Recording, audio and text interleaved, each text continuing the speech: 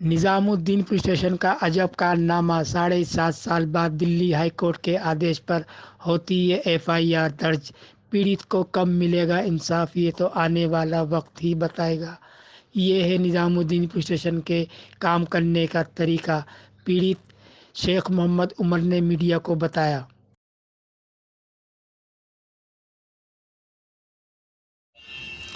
Sir, आपका नाम? शेख मोहम्मद उमर।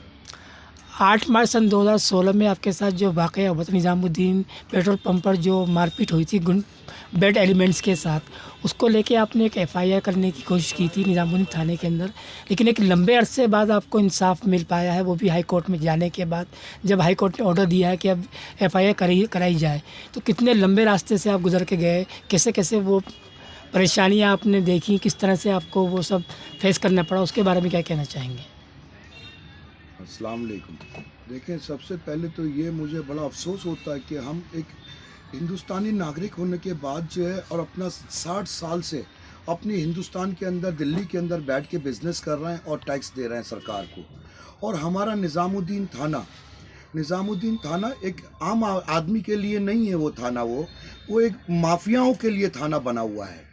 माफियाओं के लिए थाना बना हुआ है, माफियाओं की मदद करता है और गैर कानूनी काम वहाँ धड़ल्ले से होते हैं, नाजायज़ काम धड़ल्ले से होते हैं वहाँ पर।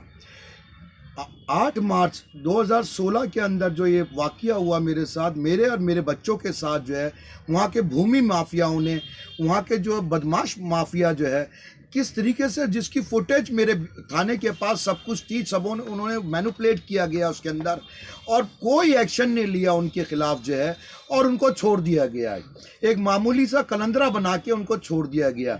मेरा बेटा हॉस्पिटल में, और सफदरजंग हॉस्पिटल में ट्रामा सेंटर में एडमिट है। वहाँ पर सीरियस कंडीशन के अंदर उसके मल्टी फ्रैक्चर था, उसके ग्रीवियस इंजरी थी। ग्रीवियस इंजरी होने के बाद भी अब एसएचओ साहब ने ध्यान नहीं दिया और बैठ के माफियाओं के सामने हमारी मजाक उड़ाई और मुझे लॉकअप में डालकर, मेरा बेटा हॉस्पिटल में एडमिट और मैं चिट्ठी लेकर वहाँ गया, मुझे रिसीविंग नहीं दी और मेरे सामने मजाक उड़ाई गई और जो है अपना एफआईआर दर्ज नहीं करी। और उसमें जंग लड़ते लड़ते मुझे 7.5 साल हो गए अपनी मदद मांगते मांगते, जा कोर्ट के अंदर जो है लोअर कोर्ट गया, सेशन गया, हाई कोर्ट गया। हाई कोर्ट में जज साहब ने एक ही सवाल किया दिल्ली पुलिस में हमारे थाने के ऑफिसर्स को जो है और उनके एडवोकेट को, कि कोई एक वजह बता दो जिस वजह से हमें यह एफआईआर ना करें। उनके पास कोई भी वजह नहीं थी। आखिरकार जाके जो है इंसाफ की जीत हुई, हक की जीत हुई। हमें न्यायालय पे भरोसा था, हमें इंसाफ मिला और हमने 7.5 साल इस जद्दोजहद में अपना कारोबार छोड़ के, बच्चों को छोड़ के, मैं अपने इंसाफ के लिए भटकता रहा।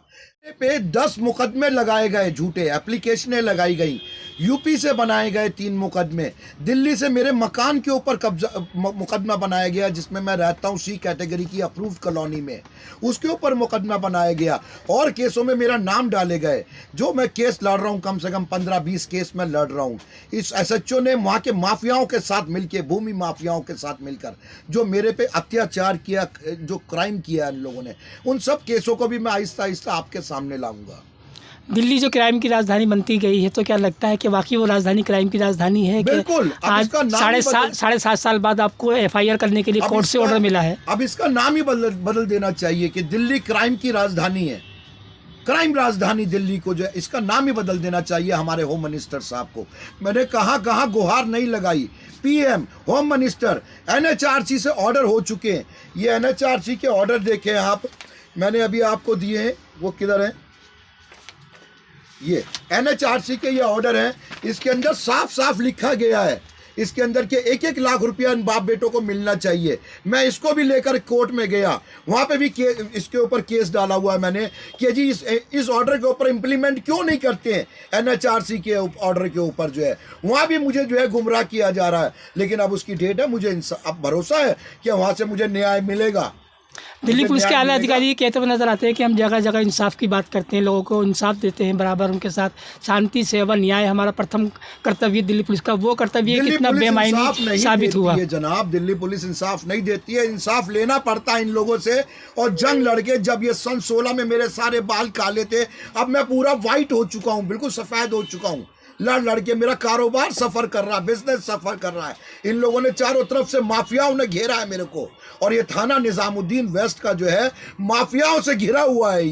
ये घिरा हुआ है। हमारे होम मिनिस्टर साहब को देखना चाहिए इसमें जो है कि यही थाना अभी तक उनको बचा रहा था, उनके लिए पैरवी कर रहा है, मुलजिमों के लिए उनको छूट दे रहा है कि वो आज मेरी फैमिली के साथ हुआ है, कल दूसरे की फैमिली के साथ ये होएगा हादसा जो है।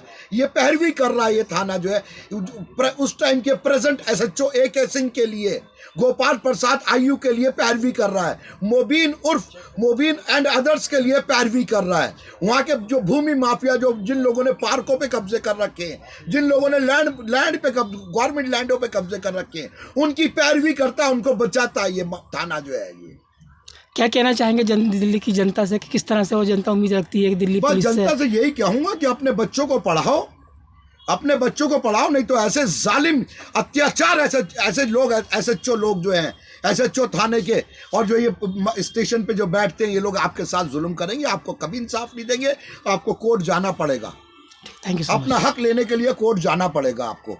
और ऑर्डर होने के बावजूद इन्होंने फिर डिले किया FIR करने के अंदर, और उसके अंदर लगनी चाहिए थी जो दफाएं, वो नहीं लगाई इन्होंने। अब मुझे उसके लिए भी जो है मूव करना पड़ेगा हाई कोर्ट के अंदर जो है, कि वो दफाएं इनको दोबारा लगानी पड़ेंगी। Thank you so much. Thank you.